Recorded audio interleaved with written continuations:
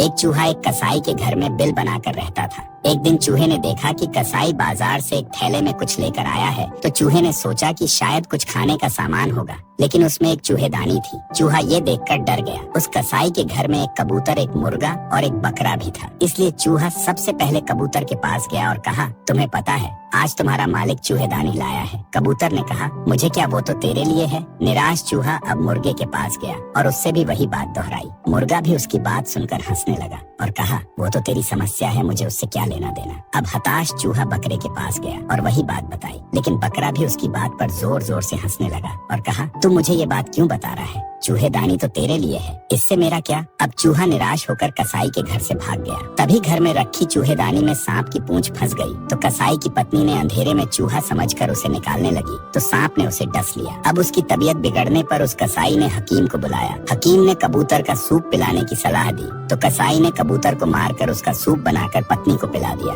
कसाई की पत्नी के बीमार होने की खबर सुनकर कई रिश्तेदार मिलने आ पहुँचे, लेकिन उस वक्त घर में खाने के लिए कुछ था नहीं, तो कसाई ने उस मुर्गे को भी काट डाला और सभी मेहमानों को परोस दिया। फिर कुछ दिनों बाद जब कसाई की पत्नी ठीक हो गई, तो इस खुशी में कसाई ने घर में खास मेहमानों के लिए बकरे की दावत रखी और अब बकरा भी खत्म। निष्कर्ष, हमें कभी भी दूसरों की समस्या सुनकर उसका मजाक नहीं उड़ाना चाहिए, बल्कि उसे समझना और सुलझाना चाहिए, क्योंकि वो समस्या हम पर भी